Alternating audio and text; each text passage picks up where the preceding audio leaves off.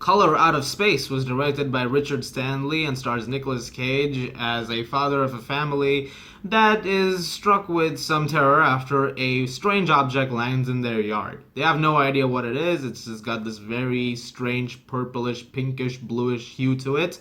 And it seems to be pretty harmless at first. Some people are very intrigued by it. But then as they start to explore it a little bit further, it starts to do some weird things. And that's all I'm going to tell you about the film, because the less you know beyond that point, the better. The last time Nicolas Cage made a weird movie was Mandy. I love Mandy. It was a trippy, insane movie that really worked for me in all the ways it possibly could have. And it had one of Nicolas Cage's best performances, in my opinion. And that movie made it onto my best of 2018 list.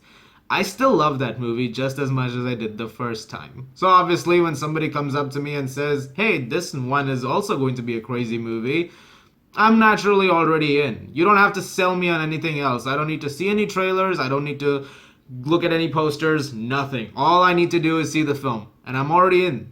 This is just, you can sell me on that premise now. Richard Stanley is a director who has not worked for a very long time on feature films. The last time he was trying to do something amazing in terms of films, he got a very raw deal.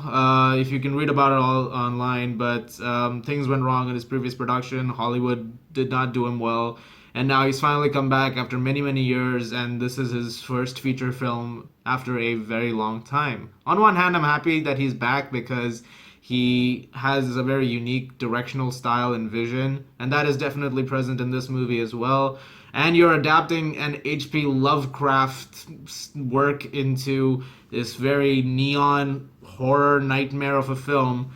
And so this is the perfect combination for that. And I will have to say, Color Out of Space is a pretty good movie. Not for everybody, and it might not resonate well with people. For some people, much like Mandy didn't.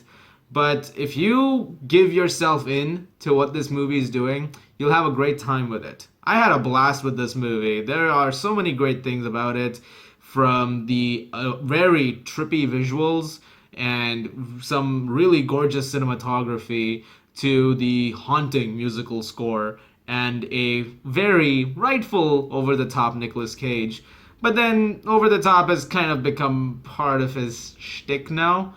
That is something I've just gotten used to seeing in every Nicolas Cage movie. I will point out, though, that in this movie, he goes through some variations. He eventually gets crazier and crazier as it goes on. And it's not so much as part of a gimmick, it's also plot-driven, much like it was in Mandy. In Mandy, he goes crazy because he's avenging the death of Mandy, and the cult is not doing him any favors in keeping his sanity in check.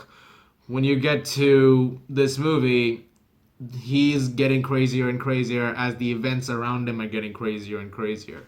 And I think Richard Stanley directed it in a very compelling way. This movie never lost me for a second. It constantly had me intrigued from the first frame onwards till the last frame. And it's really a really well-crafted Lovecraftian nightmare. And it's just, it's wonderful in that regard. He's paid homage to Lovecraft's visuals in a really compelling way, and in a very respectful way, even. I mean, you can tell this man has captured those nightmarish hallucinations, perfectly. So I have to praise him for that. Some of the creature effects, too, I have to praise, because a lot of it is practical. And there's this stuff they've done with a creature in a barn, which I was very impressed by. It's very creepy and ghoulish, and I think they nailed it. Not all of it is perfect. I'll talk more about that in a second. But these are the strengths of Color Out of Space. If these things don't work, a lot of the film doesn't work. As the film gets crazier and crazier, people might check out of it a little bit early. When you get to the final act of the film, for instance, it just goes balls to the wall insane. And you sort of have to either continue down that path, or this is where the film could really lose you. I personally wasn't lost by it. But then again, I walked in knowing that I was heading into downright crazy territory.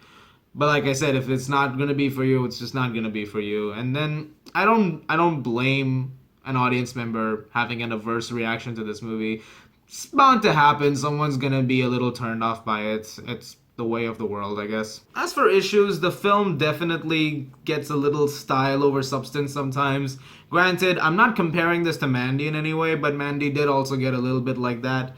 But at the same time, Mandy was very visual storytelling based, and there was every shot was really there to serve a purpose, even if it felt a little too stylish at times.